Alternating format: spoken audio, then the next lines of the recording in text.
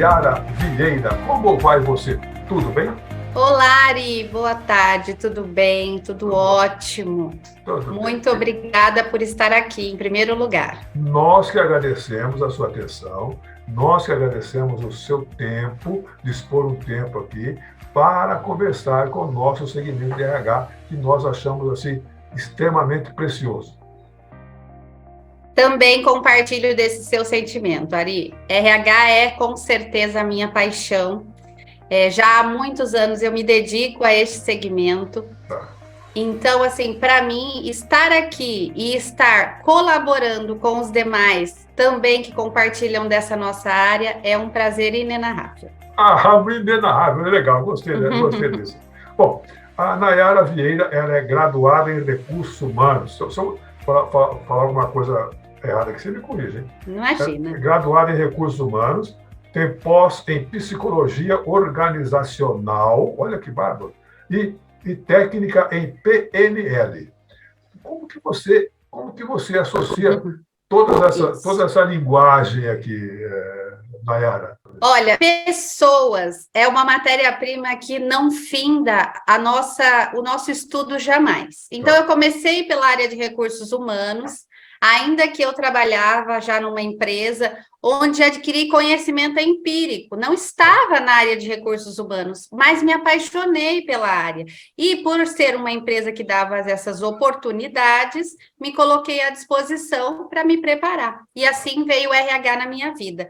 Só que, ainda dentro da empresa e entendendo algumas necessidades, eu vi que eu podia agregar mais, porque eu vi que o clima organizacional influenciava em muitos aspectos dentro da empresa, reverberando assim diretamente, impactando nos resultados. Aí eu falei, opa, alguma coisa pode ser feito aqui. E eu sempre ali, tentando de uma forma ou de outra, e aí a psicologia organizacional veio agregar ao RH, que é uma riqueza, né? Perfeito, perfeito. Eu acho muito interessante essa situação. A psicologia organizacional, ela trabalha todas as nuances e faz toda a diferença, Ari. Sim, claro. Clima impacta em resultados e uma organização, ela é movida por resultados. Tá. E aí, como se não bastasse, PNL é nada mais, nada menos do que o manual das nossas emoções. Tá. Então, como atuar dentro do clima organizacional com maestria maior do que você entender como gerir as emoções. Porque não adianta você entender como você fala para o seu colaborador, olha, é preciso ter inteligência emocional, se você não consegue ter isso para ele de maneira simples, de maneira coerente ao vocabulário que ele entende. Então, foi isso que me fez agregar todas essas áreas para acolher o colaborador, nada mais, nada menos que acolher. Isso. E aí você, automaticamente, você passa para o profissional de RH essas informações, exato, esse cuidado que você tem. Exato, exatamente. Bom, vamos então conversar um pouco sobre diversidade e inclusão, que eu acho isso também bárbaro. Diversidade e inclusão é um tema super atual e que carece demais no RH entender um pouco a respeito disso e aplicar na sua organização. Exatamente, Ari. Esse tema proposto é um tema que normalmente o pessoal não gosta de falar. Por isso eu sugeri a você. Eu vi os seus braços abertos para que a gente pudesse propor um bate-papo aqui que fosse realmente agregar. E eu falei, opa, é aí a minha oportunidade. E você acolheu. Obrigado. Então, Ari, a diversidade e a inclusão, elas são palavras muito importantes e bem atuais, como você bem colocou. Elas vêm sempre juntas, mas elas são muito diferentes, né? Porque quando eu falo em diversidade, estou dizendo em quantidade. Eu consigo elencar, né? É lei. Se eu tenho mais de 100 colaboradores dentro da minha empresa, eu preciso ter pelo menos 2% de pessoas com deficiência, porque é lei. Então, eu consigo quantificar essa quantidade. Agora, a inclusão, Ari, a inclusão é o nosso verbo. Olha, incluir é tudo o que a gente precisa fazer, porque nós estamos tratando de pessoas, e a inclusão, ela já se refere a ambiente. E aí a psicologia organizacional me permitiu propiciar um ambiente onde as pessoas se sintam pertencentes, se sintam parte do local. E isso é incluir. E o pessoal, eles falam assim, né? Ah, mas vai falar sobre diversidade e inclusão, a gente já está cansado de ouvir isso é mimimi. As pessoas não querem falar sobre esse assunto ali. E alguém tem que se dispor a falar, não é mimimi. Isso não é uma casca de banana que dificulta a vida de ninguém. Isso é uma forma de agregar conhecimento, porque, na verdade, Ari, diversidade é existir, somos todos diferentes, independente de condição física. Aqui, o nosso tema, ele aborda o público-alvo, pessoas com deficiência, mas as pessoas não são as condições nas quais elas estão. As pessoas são pessoas, e pessoas dão resultados. Não há grandes, pequenas e médias organizações sem pessoas, Ari. Agora, quando você fala dessa diversidade e inclusão, você também fala com um público 50 a mais, 60 a mais, alguma coisa nesse sentido? Todo tipo de pessoa que se sinta, que seja caracterizada como minoria. Minoria, lembrando que não é minoria em menor quantidade, nós não falamos disso. As minorias são as pessoas que são menos bem tratadas pela nossa sociedade. Eu gosto muito de popularizar essa categoria. E aí nós vamos colocar os 50 a mais, nós vamos colocar a comunidade LGBT, nós vamos colocar todo tipo. Tem uma caracterização que é muito importante citar aí, que não são acolhidas e tem uma grande dificuldade, os nossos menores aprendizes. Os jovens aprendizes também fazem parte desse nosso cenário de necessidade de inclusão, porque eles precisam ser muito bem recebidos. Toda pessoa tem o direito de ser incluída. Tá. Mas isso, como que você colocaria para o profissional de RH essa possibilidade, por exemplo? A possibilidade, o profissional de RH, ele na verdade é até algo que eu estava refletindo sobre. Não posso esquecer de falar sobre o carinho que é preciso ter com o profissional de RH e em que eu vou distinguir esse carinho. A preparação, o profissional de RH, o que acontece com ele? A liderança diz, precisamos ter 5 colaboradores, pessoas com deficiência, e joga para o RH resolver. Será que alguém está cuidando desse profissional de RH para que ele acolha de maneira assertiva, para que ele entenda, para que ele saiba como se apresentar, para que ele saiba como perguntar, eu posso te ajudar de alguma forma, com mobilidade, por exemplo. Então, o profissional de RH, ele tem que ter a oportunidade de ser treinado, de entender, de ver esse processo de recrutamento, por exemplo, que já fiz vários processos de recrutamento para pessoas com deficiência e também para pessoas que não têm deficiência. E, assim, é preciso, desde esse primeiro encontro, ter esse cuidado, esse carinho com a pessoa que está chegando. E o profissional de RH, ele precisa ser preparado, porque ele também, como todas as outras pessoas na nossa sociedade, ele vem...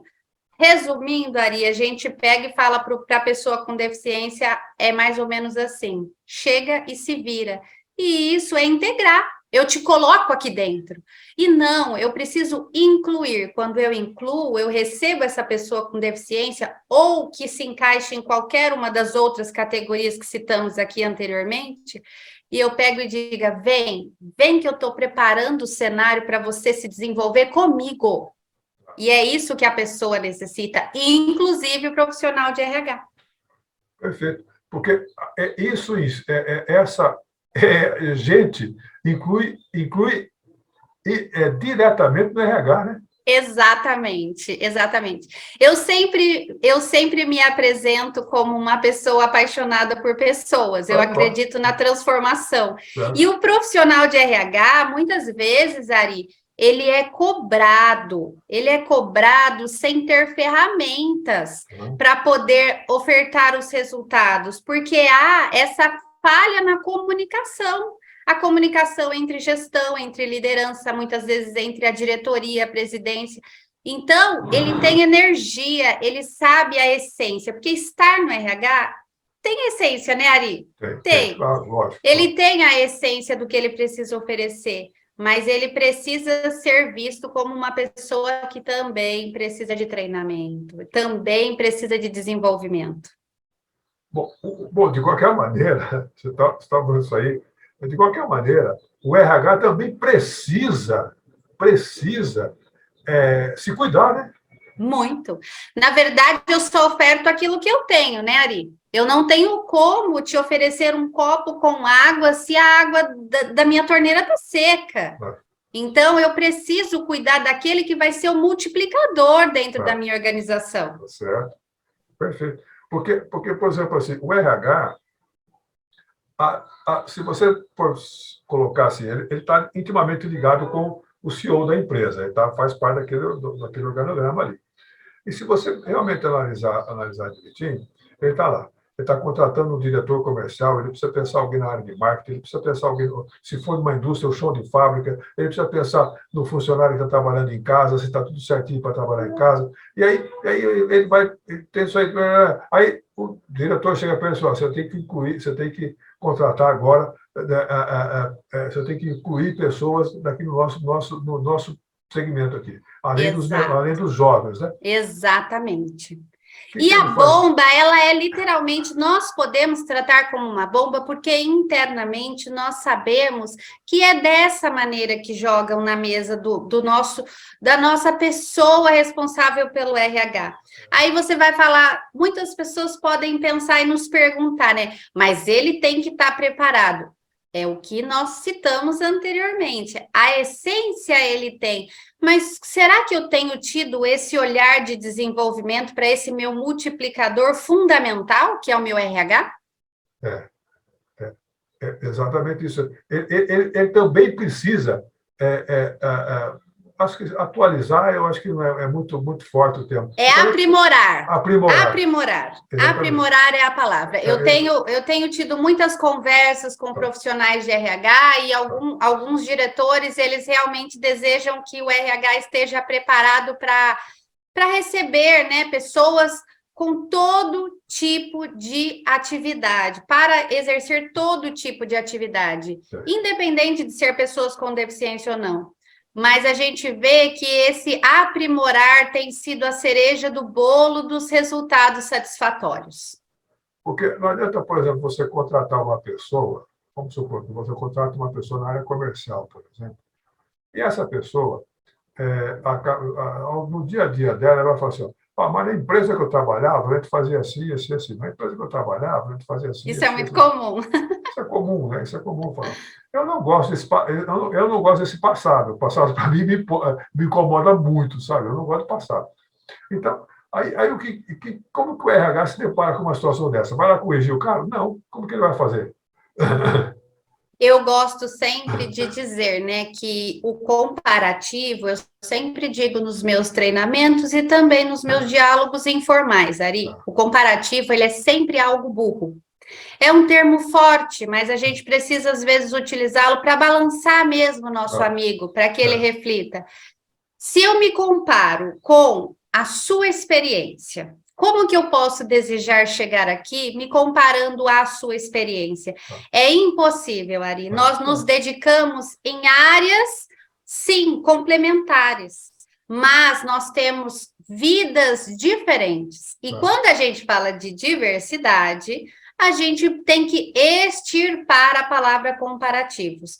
Quando eu tenho um colaborador que chega e utiliza o trabalho anterior como algo positivo ou não positivo, que também acontece bastante, esse colaborador, ele tem notado falhas na comunicação, porque se houve essa lacuna aberta para ele abrir esse comparativo, há algum ruído nessa comunicação entre a atividade que ele está ofertando e a expectativa desse empregador. Então, a gente precisa tratar, nesse caso, o que a gente vê como diagnóstico? A nossa liderança. Será que a mensagem da nossa liderança está sendo clara? Está tendo clareza? porque nós precisamos segmentar todo tipo de treinamento. E quando a minha liderança não é clara, eu abro alguns espaços. De repente, esse colaborador é novo, ele está com gás, uma energia, e é dali que a gente tira excelentes resultados. Mas ele não foi orientado adequadamente. E aí, como que a gente faz? Aí a gente tem a oportunidade de diagnosticar esse tipo de situação e passar para tratar com a nossa liderança. E assim sucessivamente, né, Ari? Você sabe que o RH, ele trata o chão de fábrica, toda a nossa liderança, os nossos pares, e o CEO, enfim, nós chegamos hierarquicamente em todas as nuances, com muito carinho, com muito cuidado, com muita técnica, mas vamos abranger todas as nuances dentro de uma empresa, porque o resultado, ele precisa acontecer. Tem um caso muito interessante de uma pessoa que ele contou. Tinha um vendedor, um gerente comercial de uma empresa, que era um fabricante. E ele, quando ele tinha um vício ou mania, ou sei lá o quê, e quando ele chegasse numa empresa para vender aquele produto que ele tinha, que a empresa precisava, ele automaticamente, ao invés dele falar que aquele determinado produto, ele tinha o produto A e o produto B, ele vendia o B, e falava, esse A aqui é uma fábrica também, as duas fábricas iguais, eram concorrentes. Aí ele falava assim, não, mas o dele aqui eu não sei o quê, para deixar mais ou menos entre linha, alguma coisa bem assim, e tentava vender o produto dele, tentava colocar o produto dele. Quando, na verdade, o que ele tinha que fazer? Sabe que não é a sua área, aí, não, vai chegar em você. Claro que ele deveria fazer. Olha, esse aqui é bom, mas o meu é tal, vai, e vende o produto dele. Esse cara nem fica falando do cara. Ponto, esse é o fato. Aí, o que aconteceu? A empresa B comprou a empresa A. Ok? Na qual ele trabalhava na empresa que a outra foi comprada. Aí, ele chegou no RH para uma entrevista e falou assim, o que eu vou falar agora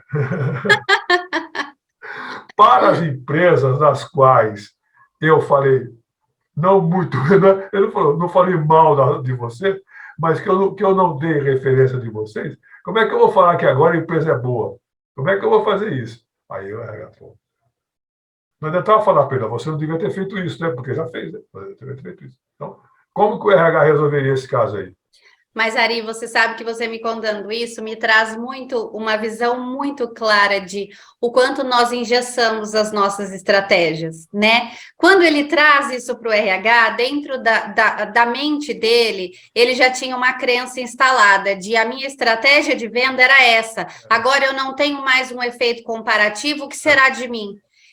E isso a gente pode trazer para todas as outras áreas da nossa vida, seja pessoal, seja dentro da empresa, né? E o RH, ele passa muito por isso, né? Como se fosse realmente um balcão de soluções. Isso. E aí, quando eu ingesso uma crença, eu a instalo e penso, olha, é só assim que eu funciono, aí a gente precisa trabalhar com muita clareza dentro dessa empresa, né? A gente precisa tomar muito cuidado, porque eu costumo dizer que essa crença instalada do eu só faço assim é um câncer se desenvolvendo dentro da organização. A gente não pode deixar isso entrar, e se entrar, a gente precisa extirpar. Mas, assim, essa história, olha, ela nos traz muitas reflexões. A gente tem que abrir o nosso campo de vista, a gente tem que ter o ponto de vista do menor aprendiz que está chegando, porque ele é um excelente exemplo para nós.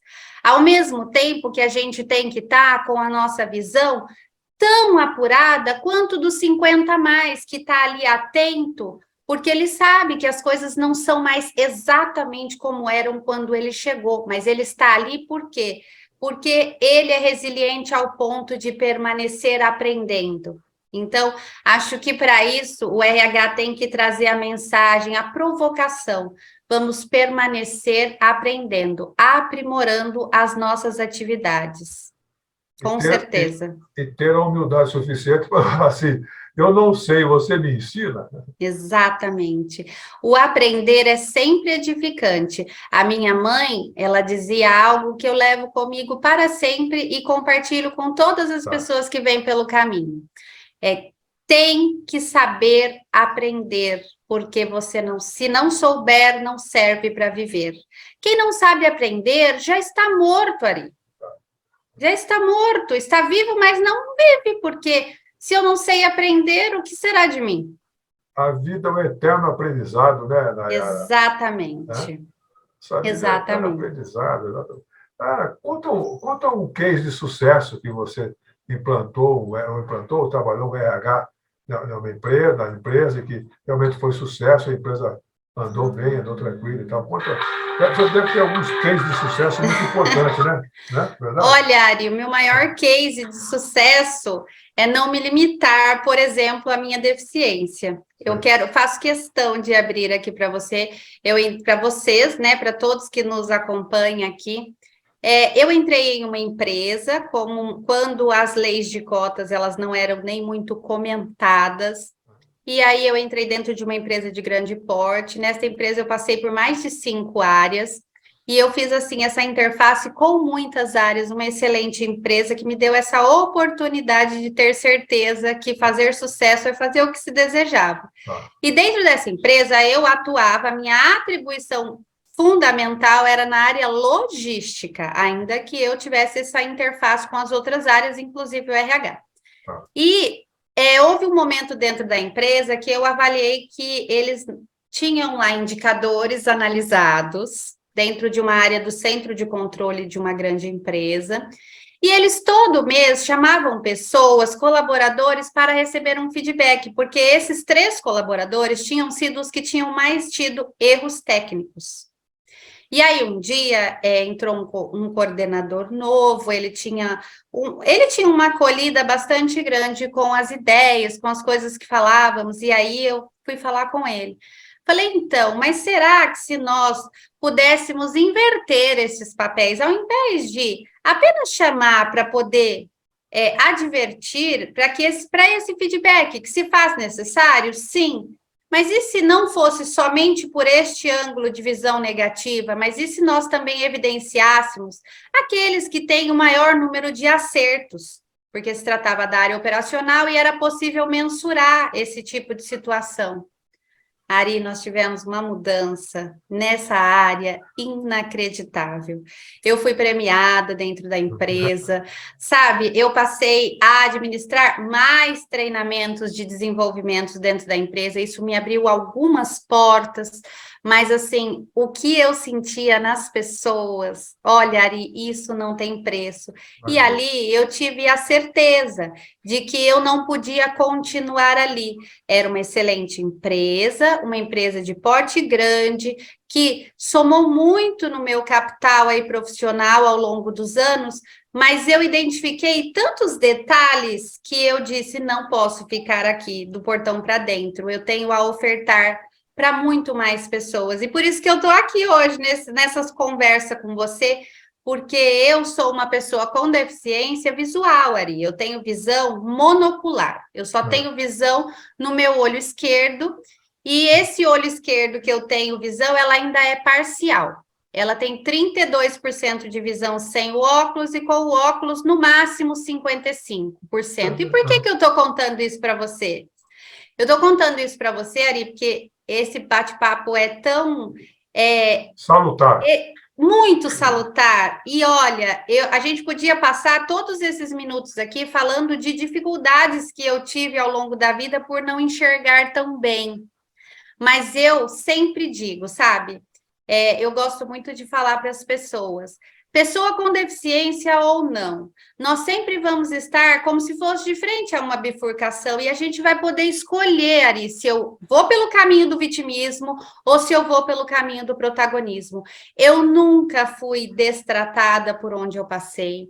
Eu já tive várias dificuldades que eu podia ficar aqui elencando para você, mas elas não vão edificar dentro dessa nossa proposta, que o que edifica são as nossas experiências, e eu tenho muitas coisas ao longo da minha jornada, e falo com muito prazer e orgulho. Eu sou uma treinadora de pessoas, e pessoas são pessoas independente da condição. Então, assim, as pessoas que estão com a mente aberta, Elas param e olham, realmente. E o que desenvolve o outro, Ari, isso eu identifiquei ao longo dessa jornada de muitos anos.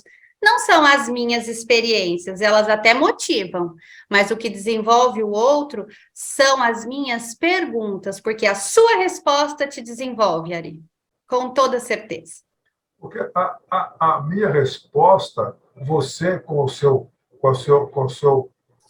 posse em psicologia organizacional, você vai detectar uma vírgula para você, você resolve o problema da pessoa. Exatamente, exatamente. A gente identifica, porque em se tratando de pessoas, dificilmente nós nos deparamos com coisas extraordinárias, Ari.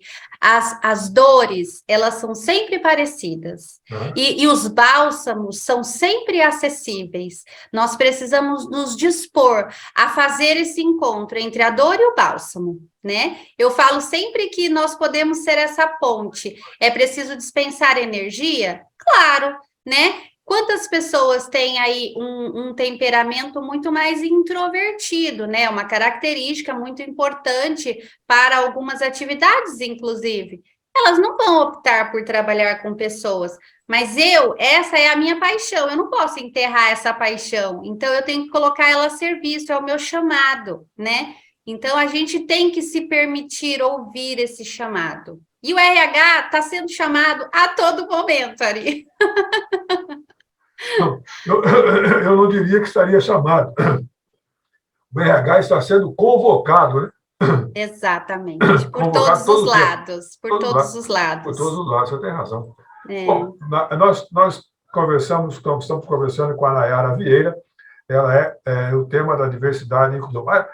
Esse nosso programa aqui, ele tem o apoio da RB Serviços.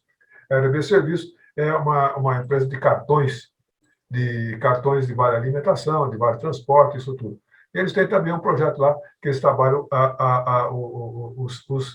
os cartões flexíveis. Sabe? Isso é muito interessante, é um trabalho muito bacana que eles fazem lá na RB Serviços. Olha, não tenho mais tempo, Nayara Vieira. Eu queria que você, por favor, depois de toda essa conversa tão maravilhosa e significativa que nós tivemos, que você, por favor, deixe uma mensagem para o nosso pessoal de RH. Olha, a mensagem que eu quero compartilhar com vocês, meus colegas, seja protagonista da sua história e faça aquilo que faz o seu coração vibrar. Se felicidade fosse dinheiro, como estaria sua conta neste momento? E você estaria trabalhando exatamente com aquilo que a faria transbordar? Então, eu acredito que quando a gente trabalha com o que a gente ama, a gente não trabalha nem um só dia. Se permita fazer aquilo que o seu coração te chama a fazer. Porque quem está no RH e não tem a essência instalada, sinto muito. Porque a essência tem que existir para que as coisas fluam e que os resultados aconteçam. Seria a mesma coisa que colocar a pessoa assim e falar assim, olha, o seu dia tem 180 minutos, sei lá, sei lá, uma quantidade de minutos. Vai fazer a conta depois, quantidade de minutos. E você tem que gastar esses minutos nas suas 24 horas. Amanhã já está zerado isso aí, já está zerado isso aí. Você vai ter também, vai ter acreditado para você essa quantidade de minutos aí para você cuidar da vida. Então, você vai ter que gastar esse minuto aí, aí você decide como que você quer gastar isso daí. Né? Pois é. As pessoas me perguntam muito, Ari, Nayara, você pediu para sair de uma grande empresa depois de mais de 15 anos lá dentro, e a maioria das pessoas conhecem, né? Como eu tinha um salário emocional incrível lá dentro. E eu respondo, isso aqui acaba, Ari. Essa vida acaba. E não há motivação maior do que essa para você fazer o que ama. E o que eu amo é estar aqui, por exemplo, nesse bate-papo. Isso, para mim, é amor palpável. Amor palpável. Você disse bem. Tá bom, Nayara. Puxa vida, olha, que bárbaro. Ficaríamos aqui, como você disse, já o tempo todo aqui conversando, que eu acho isso muito interessante. Muito obrigada. Nós que agradecemos demais você, Nayara. Puxa vida, Nayara Vieira. Se alguém quiser falar com você, conversar com você, como é que acha você?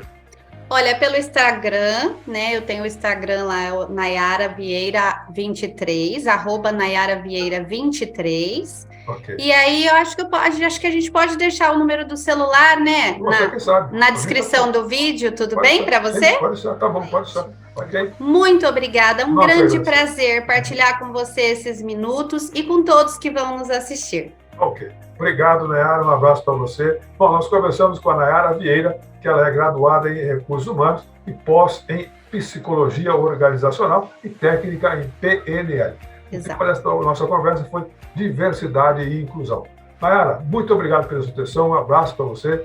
Tchau, tchau. Obrigado. Eu que agradeço. Até a próxima. E não esqueçam de, no YouTube, acompanhar no RH em Revista esta entrevista. Obrigada. Obrigado a você.